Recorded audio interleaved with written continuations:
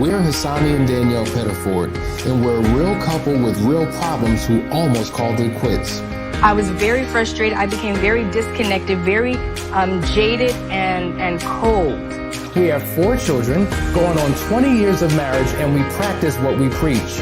Our mission, to change the way couples relate to one another and teach them the skills needed to improve the quality of their relationships. This is the Couples Academy Show. Well, good morning, everyone. My name is Hasani Pettiford. I'm Jeff. And we are practitioners here at Couples Academy. The Couples Academy show, we come on every single morning at 9:30. This is the place where people all around the world tune in to talk about love, life, and relationships. We're in a series that we just started yesterday with Danielle called, it's about narcissism, right? It's about narcissism. And so today we're talking about what kind of narcissist are you? Did you know that there were certain types? Did you know that there were subtypes? That not all narcissists look the same? And if you've read a couple of articles or watched a couple of videos, this may surprise you because you think a narcissist is supposed to look like this. This is the stereotypical identifier for a narcissist. But what we're going to unpack today and over the next couple of days will really give you some insight into the depths of narcissism.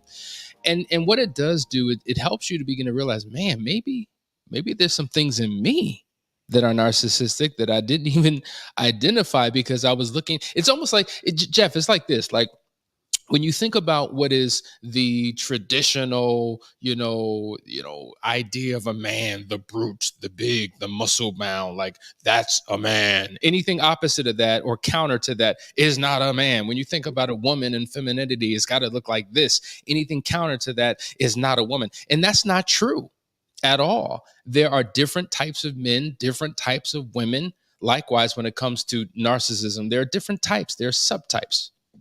Yes, there are. So, you're really looking at 4 main subtypes, but we all inherently have some of these traits. And so we're so quick to use that one finger, not realizing how many of those are pointing back at us. So it's going to be an interesting journey today to actually go through one or a couple more of these types and actually look at how many of those reflect in our own character and our own attitudes towards the world and what we do. So we're so quick to say, hey, you're the narcissist, but those 3 fingers are still pointing back at us. So we have to take there it is. But now, and I also want to indicate, it seems like, when we think about narcissism, it is typically associated with a man that somehow we think is gender specific, but it goes beyond gender. There are many women who also identify with narcissistic tendencies, behaviors, and can also have narcissistic personality disorder. And so I just want to make that crystal clear that stop thinking about your husband, your man, your father, your boyfriend. No, there may be some things within you as well that you need to realize. But since we do deal with men, particularly with Foundry, as the co-founders of Foundry, this is something that we come across all the time. Jeff, it's always good having you on the show. You're one of the ones that people are always tuned into. Really quickly, before we even dive in, talk to the people about our upcoming Foundry class. The 12-week class is going to be starting September the 14th, which I believe is next Wednesday. Why should every woman send their man? Why should every man watching right now sign up for Foundry? Well, it's an opportunity, right? So, I don't want to make it seem like we pass a magic wand over these men's heads and they automatically become what you're looking for as a spouse or any of those kinds of things. It's not that at all. But what it is, it's an opportunity for these men to realize things that have been suppressed in them. A lot of us as men have had dreams, had goals, had desires that were created in us by other people many times, sometimes even by our own desires. And when we have those desires not met, not fulfilled, we're now trapped in a world of living for our wife, living for our kids, living for the community, living for the job. And there's not really an outlet where we get to be for ourselves. Not at the church, not anywhere. And so what we're trying to do is teach them how to revive their ability to dream, revive their ability to chase those dreams while maintaining a strong home, a strong family, a stronger family and connection with themselves, with their God, with their creator, with their community, with their family, all of those things. So it's really about rekindling a light within them that allows them to become the best version of them that they can become, whatever that is. Now, at the end of the day, it takes them to have willingness in 3 areas. They have to be willing to learn. And I get stubborn guys. You guys send me some stubborn people, and I will crack their heads if I need to. But at times, they're stubborn on learning. Sometimes they're not willing to accept change, and sometimes they're not willing to put in the time or the effort that's necessary to become that. But if they're serious about reawakening that dream within them, we have a way for them to get there, and it's guaranteed that if they put in the work, they will get results. Love it, guys. So if that's you, if that sounds like something that you want to do, something you want to explore and unpack, sign up for Foundry. Unearth starts the same day, next Wednesday. So go to the website, couplesacademy.org, and register today. All right, let's get into this conversation. We're talking about the 4 subtypes, if you will, of a narcissist. Let's take a look at this. Number 1, we have what is called the covert narcissist, right? So this is a person who's self-effacing, they're shy, they're envious, the covert narcissist. And then you have the cerebral. What was that? Not what you would think about a narcissist. They can Not at all. It's actually the complete opposite. Then you have the cerebral narcissist. This is the, I'm smarter, the self-important individual. So it's based upon their intellectual superiority and how smart they are and how they can one-up intellectually other people. Then you have the somatic narcissist. This is the person who typically criticizes other people, right? They're obsessed with their physical appearance, their outward exterior. And then you have the spiritual narcissist, right? This is the person who can intimidate with all that they know and their high level of moral code, and they have a very holier than thou type of mentality or approach to life. These are the 4 subtypes that exist amongst narcissists. Now, do any of these things sound familiar in terms of these subtypes?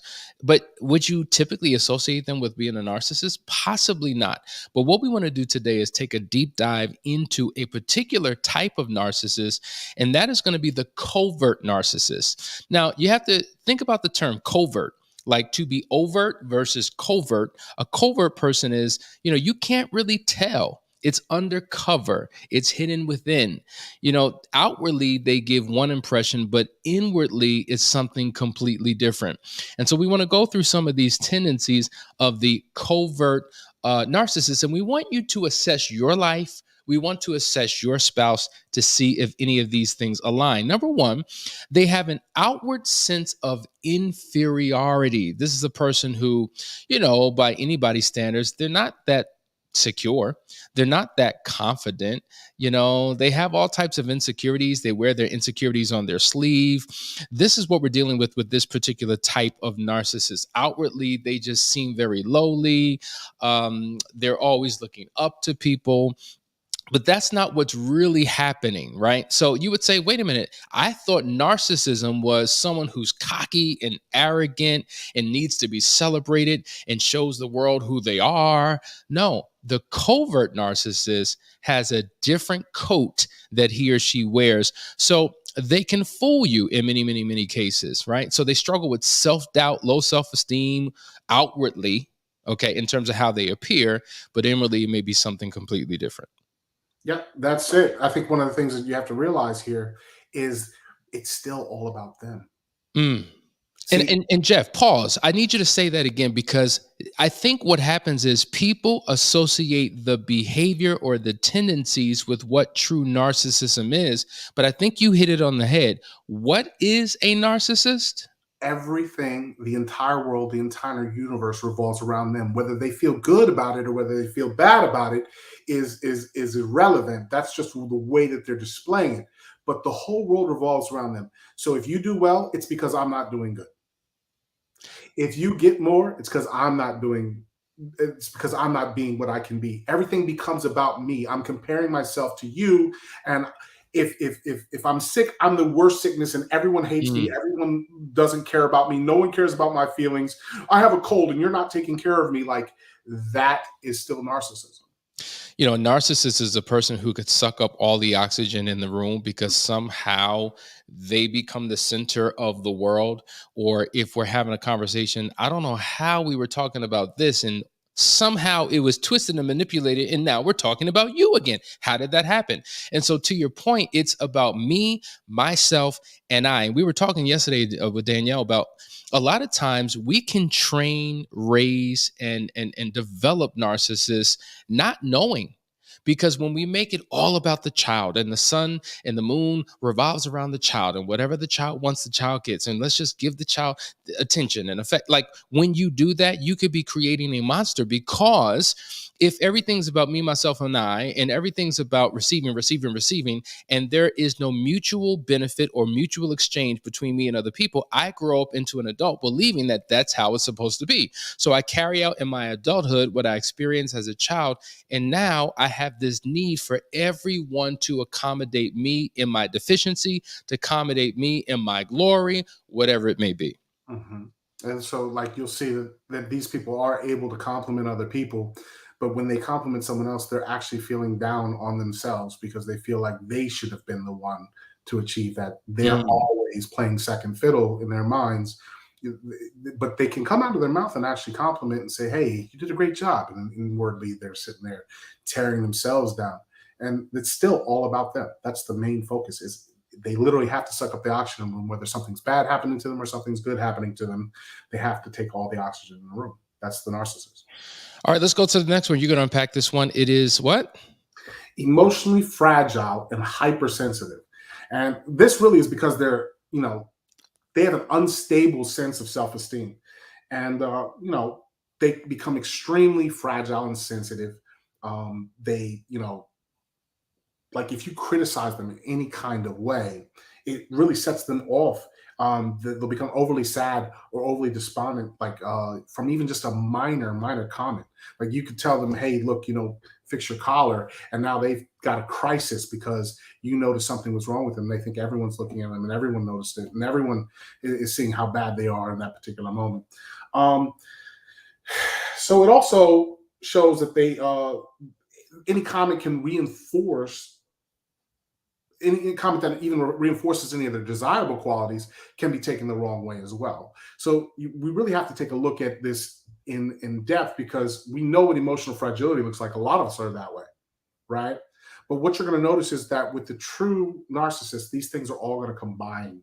It's not going to be that you have one of these traits. It's going to be that you have several or most or all of these traits at once. But emotional fragility and hypersensitivity to everything is one more sign. Absolutely. Without a shadow, there's a few comments that have come in. I discovered my husband was covert. He was living two lives, home life and street life, excuse me. Then we have another comment. I think we all have narcissistic tendencies. If we are honest, it gets out of control when we lean on those feelings to fight insecurities and brokenness. Yeah. These are good comments. And he could not take criticism, but had no problem criticizing me. I don't have my glasses, guys, so if it seems like I'm struggling, I am, because it's kind of blurry. But yeah, I mean, also, then he says some Enneagram numbers seem to slide into these tendencies more easily than others. Interesting when you talk about the Enneagram, like as we unpack all the subtypes, you're going to realize that every single Enneagram type will identify with some narcissistic traits. We're just dealing with one of the 4 subtypes. You'll see how, man, all of these subtypes align perfectly with Enneagram numbers. And so I think if we keep in mind what Jeff said, it's all about me. Now, some of us consciously have that mindset and mentality, and we live life according. But for many of us, we're unconscious.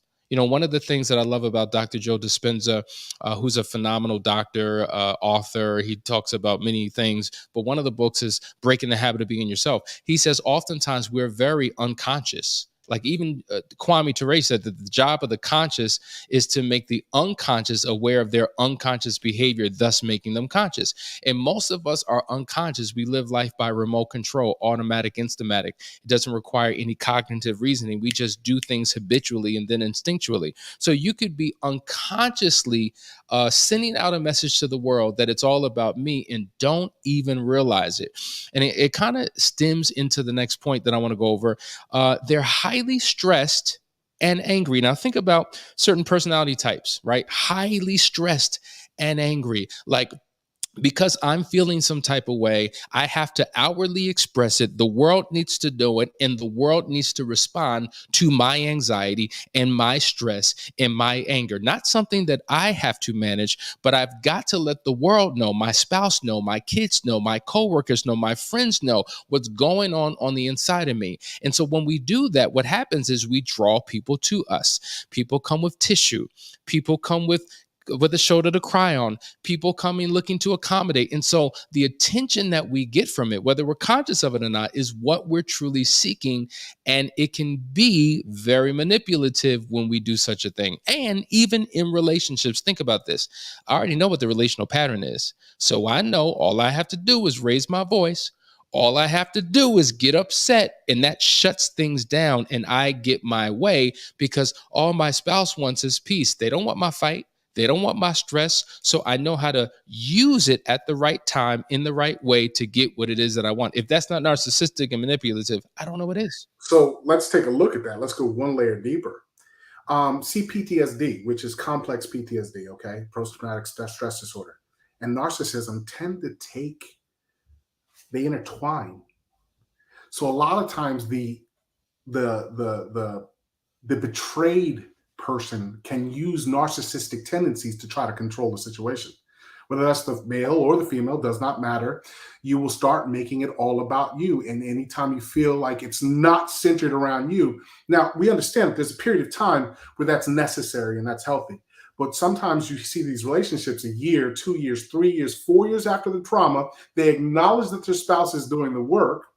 They acknowledge that they're doing all the right things, but they're still becoming the center of attention. They need to show. And if it's not all focused on them, they become super jealous, super hypersensitive, super angry, all of these narcissistic qualities. And if you read on this, complex PTSD and narcissism can intermingle and commingle to where they become traits that actually become displayed, where someone is actually calling the other person a narcissist, but they're really actually acting like a narcissist because now it's all about them. Wow. This is good. This is really good. Guys, I hope you're getting something out of this conversation. We're talking about narcissism. What kind of narcissist are you? Listen, we will be right back after this quick break. Stay tuned. More to come. If you're a man and you have a pulse, then you need to join this program. You're a husband. You're a father. You're a leader. You have the weight of the world on your shoulders. You have to be everything for everyone, but do you know who and how to be for you? You're still in search of your own significance. You're in internal battle with your own vices. You're questioning, do I even know what it means to be a man? I know I'm supposed to be there for others, but what about me? The fact is, you need a model. You need a code to live by, a system of principles to govern your life. You need an internal compass to guide your every decision. You need the 4 securities to build your own kingdom. What you need is the Foundry. In short, a foundry is a facility where castings are produced by melting metal, pouring liquid metal into a mold, and then allowing it to solidify. Well, this is where we're testing the mettle of men.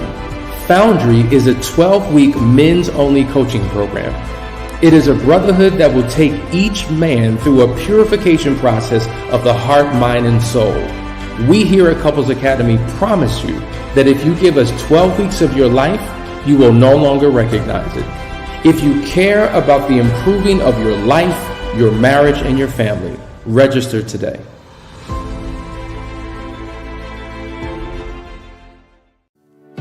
Welcome to the Couples Academy app. The Couples Academy app is your go-to hub for how to do marriage right. Get started with our app today by perusing our amazing features that conveniently allow you to connect. This app is packed with powerful content and resources to help you grow and stay connected. With this app, you can watch our messages, find marriage resources, watch, listen, and read the real-life stories of restored couples, sign up for events, read articles and blog posts, stay up to date with push notifications, share your favorite messages via Instagram, Facebook, Twitter, or email, and download messages for offline listening. For more information about the Couples Academy app, go to couplesacademy.org.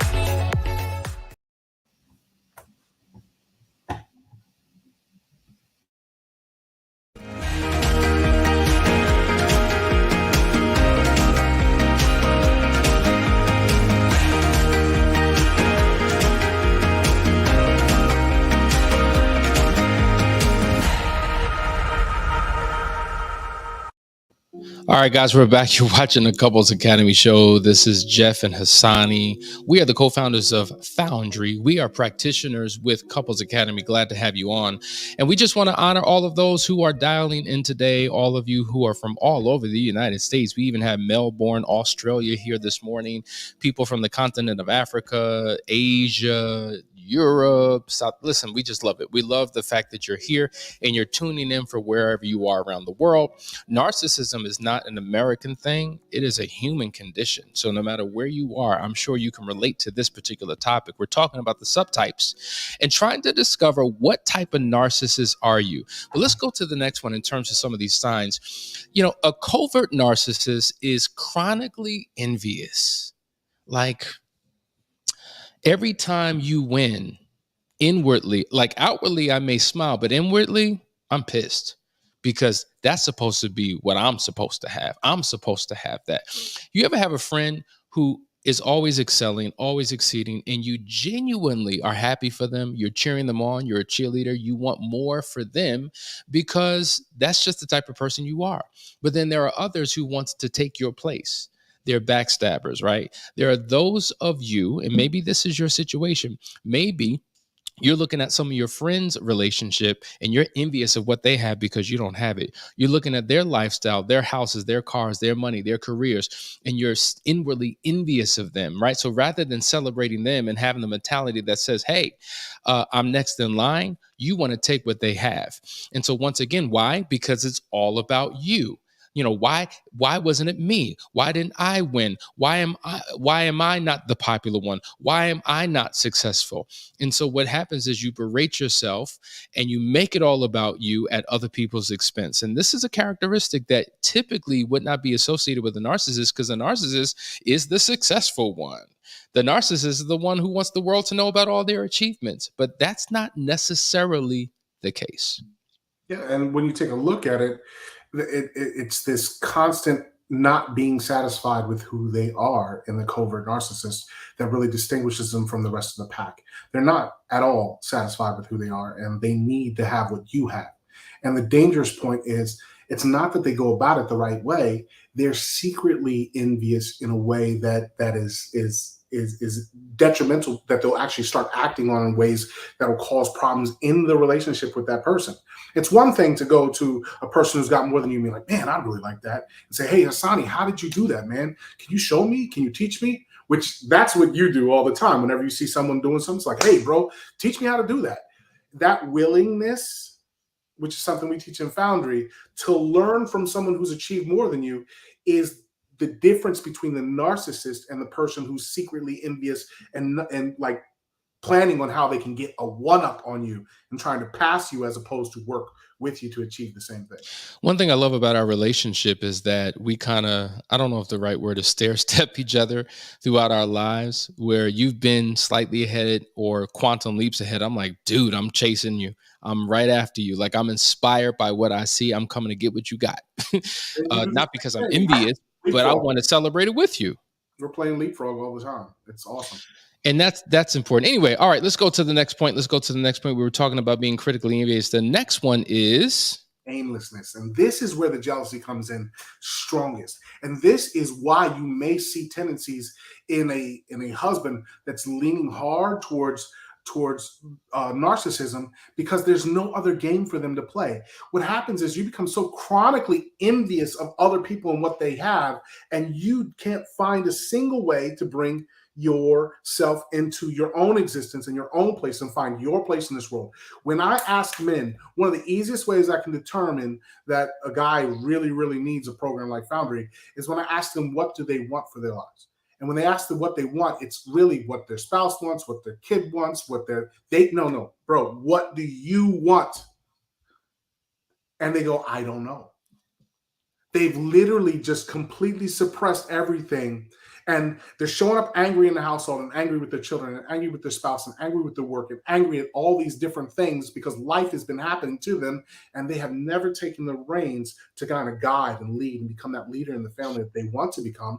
They just don't know how because they have completely had all of their dreams quashed and squashed by the time they turn 25 or so.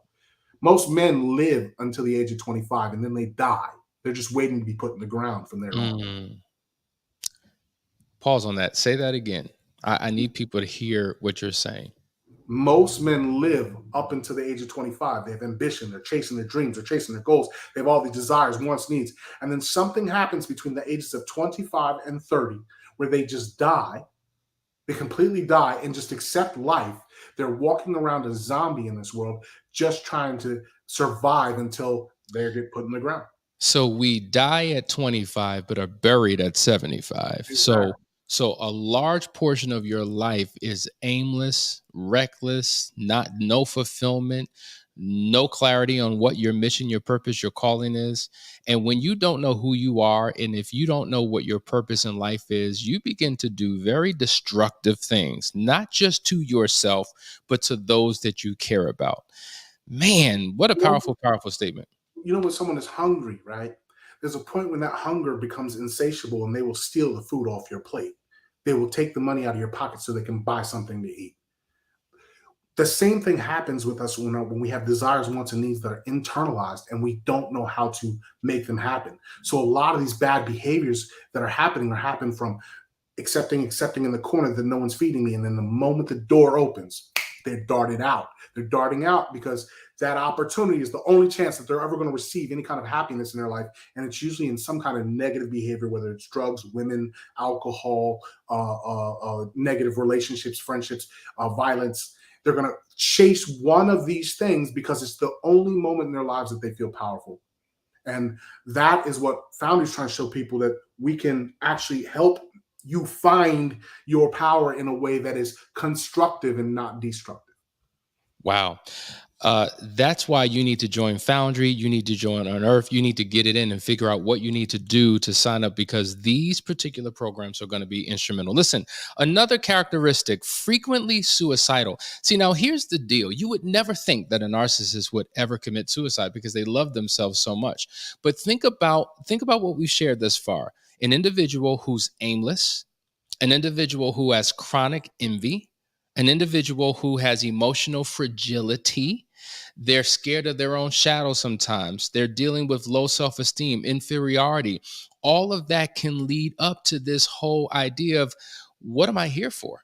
There's no worth or no value to my life. So I might as well leave this earth because the earth would be a better place. I am the mistake. I am the problem. And so the best thing I can do is get rid of the problem. And so that means taking my life. And it's so interesting that this is characteristic of a narcissist, because once again, it's not about the tendencies that you need to focus on. It's the motive and the intent and the heart issue. It's all about me. And because I can't have the life I want, and because things aren't going well, I'm just going to end it all right now. Not characteristic of your traditional, typical narcissist, but it's there. Going back to what Denise said in terms of personality types, there are certain Enneagram personality types that are more prone to have suicidal ideation. They struggle with it. Now, whether they've attempted to do it or the thought just comes, automatically numbers are pointing out in my mind, and you know who you are. And so this may be an indication that maybe this is something I need to look deeper into to see, am I aligned with these narcissistic traits? Yep. That's it. I think when you say it's all about me, there's something we have to acknowledge here. There's a healthy version of it's all about me, and there's a not so healthy version of it's all about me. It's all about me when I'm reflecting and saying, you know what? I am the master and controller of my fate, the captain of my soul, as they say in Invictus. When you realize that, you realize how intertwined you are into the rest of the community, your family, your loved ones. When you say it's all about me and everything's happening to you or for you, that is the dangerous version of all about me. It excludes everyone else from having a role or place in existence or having any importance And so when we learn the healthy version of it's all about me, it's all about me. What my outcomes are my responsibility. Ultimate responsibility is me.